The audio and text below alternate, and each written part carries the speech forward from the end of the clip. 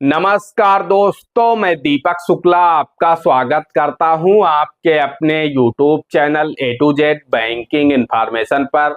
दोस्तों, आज के वीडियो में हम जानकारी देंगे कि आखिर बैंक में हम कितने रुपए की FD यानी फिक्स डिपॉजिट कराएं ताकि आपको इनकम टैक्स डिपार्टमेंट का नोटिस ना आए। जी हां दोस्तों, आज के समय में लोग FD यानी फिक्स डिपॉजिट को सबसे सुरक्षित निवेश मानते हैं। लोगों को लगता है कि मैंने जो पैसा बैंक में फिक्स कर दिया है वो 100% सुरक्षित है। बात भी सही है।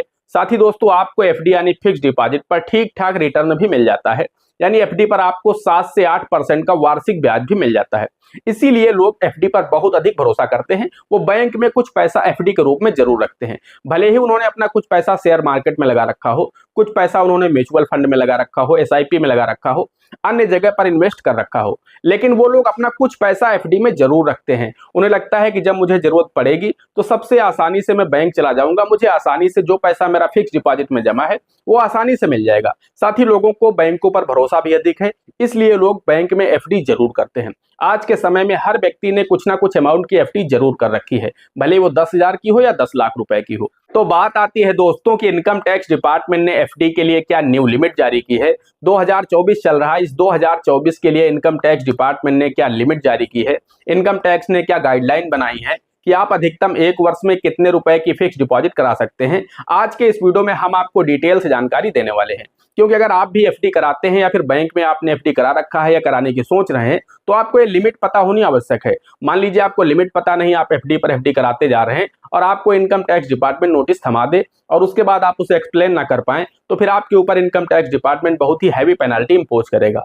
तो उन पेनाल्टीज से बचने के लिए, भविष्य में किसी तरह की मुसीबत से बचने के लिए आपको इनकम टैक्स के द्वारा जारी की गई लिमिट पता होना आवश्यक है। इनकम टैक्स डिपार्टमेंट प्रतिवर्ष अपनी जो लिमिट्स हैं उन्हें घटाता बढ़ाता है, रिवाइज करता है कि जो लिमिट्स हैं उन्हें उतनी ही रखनी है या घटाना है या बढ़ाना है। तो इस वीडियो में हम आपको बताने वाले हैं कि 2024 में आप कितने रुपए की FD एक वर्ष में करा सकते हैं ताकि आपको इनकम टैक्स डिपार्टमेंट से कोई भी नोटिस ना मिले और आप भविष्य में किसी भी मुसीबत में ना फंसे।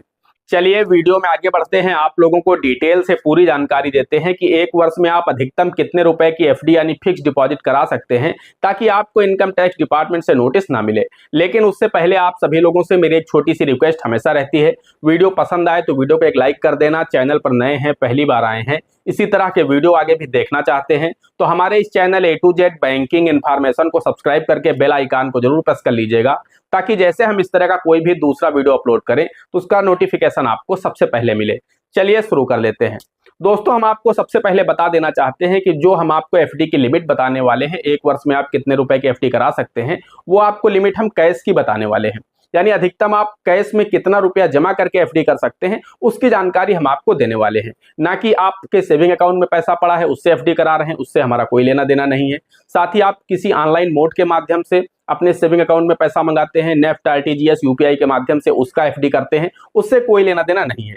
हम जो आपको लिमिट बताएंगे वो लिमिट सिर्फ और सिर्फ कैश के लिए है कि आप कैश जमा करके एक वित्त वर्ष में कितने रुपए की FD करा सकते हैं। दोस्तों, अब हम आपको बताना चाहते हैं कि इनकम टैक्स डिपार्टमेंट ने बताया है कि एक व्यक्ति यानी एक पर्सन अपने पैन नंबर पर अधिकतम एक वर्ष में, यानी जो एक फाइनेंशियल ईयर होता है 1 अप्रैल से 31 मार्च तक, इस बीच में कोई भी पर्सन अधिकतम 10 लाख रुपए की FD करा सकता है कैश डिपॉजिट करके।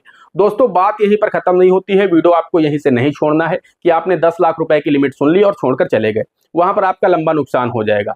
यहां पर दोस्तों इनकम टैक्स डिपार्टमेंट ये भी कहता है कि आपकी जो FD पहले से चल रही हैं, बहुत ही गौर से इस चीज को आपको ध्यान रखना है कि जो आपकी FD पहले से चल रही हैं उनकी जब मेच्योरिटी होती है वो पैसा आपके सेविंग अकाउंट में आता है और उस सेविंग अकाउंट में पैसा आ गया, उसके बाद आपने उसी पैसे को फिर से FD करवा दिया तो वो भी आपके कैश में ऐड हो जाएगा।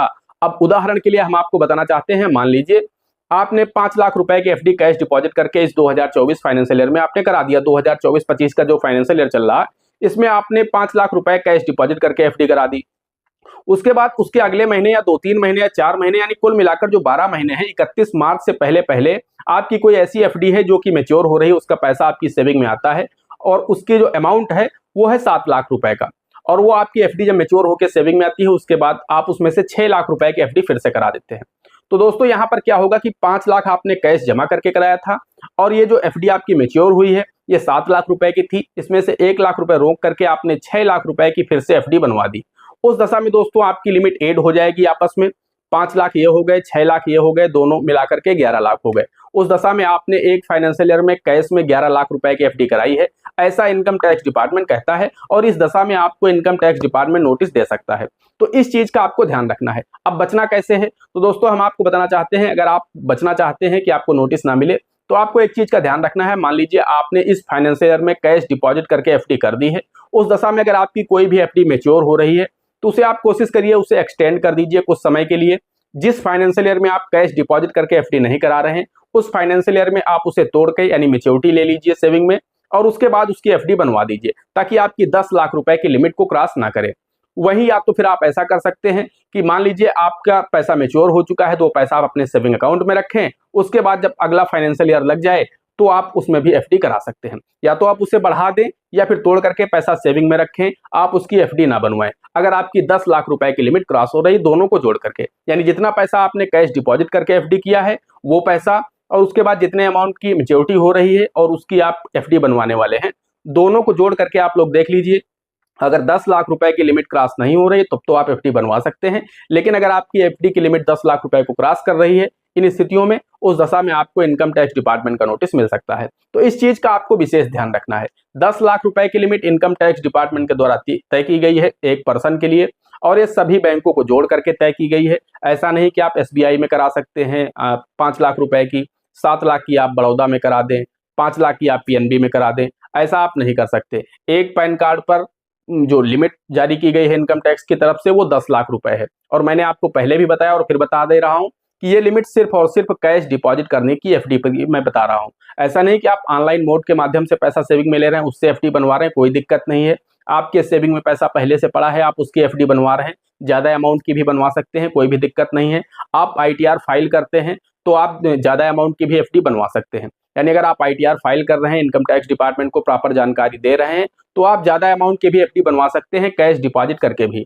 लेकिन अगर आप आईटीआर फाइल नहीं करते हैं, उस दशा में आप अधिकतम एक फाइनेंशियल ईयर में 10 लाख रुपए की एफडी ही कैश डिपॉजिट करके बनवा सकते हैं। और इस चीज का आपको ध्यान रखना है कि अगर आपकी कोई मैच्योरिटी हो रही है तो या तो आप उसे एक्सटेंड कर दीजिए। मान लीजिए आपने 8 लाख रुपए की एफडी कर रखी है और आपकी 3 लाख रुपए की एफडी दूसरी हो गई, वो मैच्योर हो रही, आप चाहते जैसे पैसा सेविंग में आएगा आप फिर से उसे एफडी बनवा दे रहे हैं उसी फाइनेंशियल ईयर में, उस दशा में आपका अमाउंट 11 लाख हो जाएगा, तब भी आपको इनकम टैक्स डिपार्टमेंट का नोटिस मिल सकता है। तो इस चीज का आपको ध्यान रखना है। बाकी कोई दिक्कत नहीं, आप ज्यादा अमाउंट की भी एफडी कर सकते हैं अगर आप आईटीआर फाइल करते हैं। वहीं आप सेविंग अकाउंट में पैसा रखे हैं उससे एफडी करते हैं, कोई दिक्कत नहीं है। आप ऑनलाइन मोड के माध्यम से पैसा मंगाते हैं, यूपीआई के माध्यम से, नेफ्ट आरटीजीएस के माध्यम से उसकी एफडी बनवाते हैं, तो कोई दिक्कत नहीं है। लेकिन कैश जो आप डिपॉजिट करके एफडी बनवाएंगे उसकी लिमिट 10 लाख रुपए ही निर्धारित है। इससे ज्यादा अमाउंट की अगर आप एफडी करते हैं एक फाइनेंशियल ईयर में, उस दशा में आपके ऊपर income tax department penalty impose कर सकता है, यानी पहले आपको नोटिस देगा, उस आपसे जवाब मांगेगा, अगर आपके जवाब से वो संतुष्ट नहीं होगा उस दशा में आपके ऊपर चार्जेस पेनाल्टी सब लगाया जाएगा। दोस्तों आज के वीडियो में इतना ही, मिलते हैं अगले वीडियो में किसी अगले इंटरेस्टिंग टॉपिक के साथ। तब तक के लिए जय हिंद, जय भारत।